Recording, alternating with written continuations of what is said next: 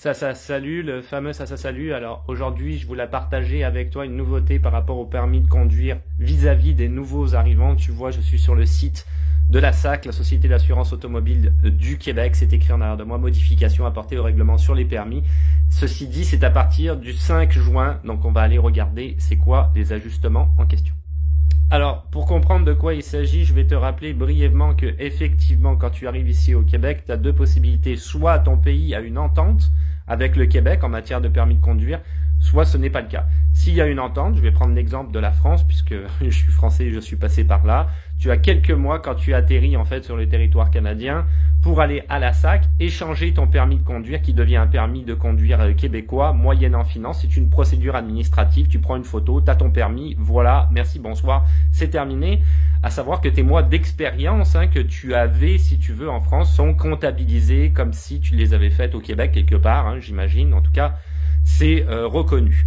S'il n'y a pas d'entente, alors là c'est différent. Effectivement, ils disent que tu peux échanger ton permis de conduire entre guillemets, mais ce que tu fais, c'est que tu vas là-bas et il faut que tu repasses ton permis, examen pratique et théorique malheureusement, afin de pouvoir avoir le permis de conduire québécois. Tu n'as que quelques mois pour l'échange administratif si on prend l'exemple des Français ou de d'autres pays qui ont une entente. Après ça, il faudrait que tu repasses le permis, donc c'est à vérifier le délai que tu as, mais il est quand même pas très long. Donc je donne toujours le conseil, si tu veux, de le faire directement quand tu atterris sur le territoire canadien. Alors, dans les faits également, ils le disent, tu vois, sur le site de la SAC, quand tu es un nouveau arrivant, les 6 premiers mois, tu as le droit, effectivement, de conduire avec ton permis étranger. Après ça, il faut absolument que tu aies un permis de conduire du Québec. Mais encore une fois, je te réitère ce conseil, échange ton permis si tu as la possibilité qu'il y a une entente entre pays assez rapidement. Alors, qu'est-ce qui change? Ça change pour ceux qui, effectivement, n'ont pas d'entente avec leur pays, avec le Québec, qui sont obligés de repasser le permis. Et ce qui change, c'est qu'en cas d'échec, en fait, à l'examen pratique, ces personnes obtiendront un permis d'apprenti conducteur. Elles ne pourront plus conduire avec leur permis étranger. Ça, c'est le gros truc, si tu veux, qui change, très important. On va aller regarder c'est quoi le permis d'apprenti conducteur et combien de temps tu as pour repasser à nouveau cet examen pratique. Alors, il indique ici le permis d'apprenti conducteur, permis de conduire en étant accompagné afin de parfaire ses compétences avant de reprendre l'examen.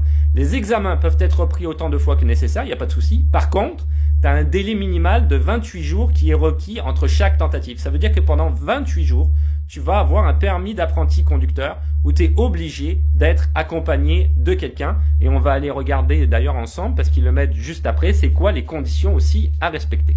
Alors, voilà les conditions. Donc, conduire avec une personne qui a un permis de conduire au Québec valide de classe 5. Cette personne doit avoir au moins 2 ans d'expérience de conduite. Donc, ils mettent permis de conduire du Québec valide. Ça veut dire que quelqu'un, par exemple, on reprend le cas d'un Français qui aurait échangé son permis de conduire et qui aurait plus de 2 ans d'expérience, même s'il vient juste de l'échanger, ça fonctionne. Il n'y a pas de problème, ok ? Ne pas conduire entre minuit et 5 heures, je sais pas pourquoi, mais la nuit, t'as pas le droit. Respecter la règle du zéro alcool, tu ne peux absolument pas boire même juste un verre de vin, non, c'est non. Et avoir moins de 4 points d'inaptitude inscrits à ton dossier, ça veut dire qu'effectivement, ils parlent quand même d'échange encore, de permis de conduire, ça veut dire qu'ils ont vu le permis que tu avais eu, ils l'ont enregistré dans leur dossier de ton pays étranger, et évidemment, ils ont accès à tout, donc ils vont voir si tu avais déjà des points d'inaptitude dans ton pays à ce moment-là. Si tu veux en savoir plus sur le permis de conduire, je te rappelle très brièvement que j'avais déjà fait une vidéo sur le sujet qui est disponible sur ma chaîne YouTube. Tu trouves le lien de ma chaîne YouTube sur mon profil TikTok et Instagram. Donc tu le vois, elle est en arrière de moi, le permis de conduire au Québec. Tout est expliqué en détail, aussi bien avec les pays qui ont une entente que ceux qui n'en ont pas, combien ça coûte, le tarif, les délais, etc. etc. Et dans la description de la vidéo, tu as les liens qui t'amènent directement vers les sites de la Société d'assurance automobile du Québec en question. J'avais fait d'autres vidéos mais plus spécifiques, comme par exemple le permis de conduire classe 1, ça c'est pour effectivement les camionneurs, comment faire pour obtenir ton permis en tant que camionneur, c'est quoi les différents éléments qu'il faut avoir, combien ça coûte, où est-ce que tu dois te diriger, encore une fois, tous les liens dans la description. Et finalement, une vidéo peut-être un petit peu plus spécifique parce que ça m'avait été demandé comment conduire une moto, une motoneige, un quad, une motocross, etc. Donc c'est quoi les conditions à remplir si tu veux spécifique. Et encore une fois, dans la description de la vidéo, tu as tous les liens qui t'amènent vers les sites en question pour pouvoir faire les démarches si elles sont nécessaires. Donc voilà, c'est la nouvelle en question à partir du 5 juin. Un conseil, n'échoue pas ton examen. Et je te dirais que comme petite idée que je pourrais partager, c'est d'essayer de ne pas passer ton examen de conduite à Montréal ou dans une grosse agglomération comme la ville de Québec. Choisis une petite ville de campagne, à savoir que les voitures sont toutes automatiques ici. Donc choisis une petite ville de campagne, tu vas être plus tranquille et ça va être plus facile pour obtenir ton permis du premier coup. Là-dessus, je te dis à plus.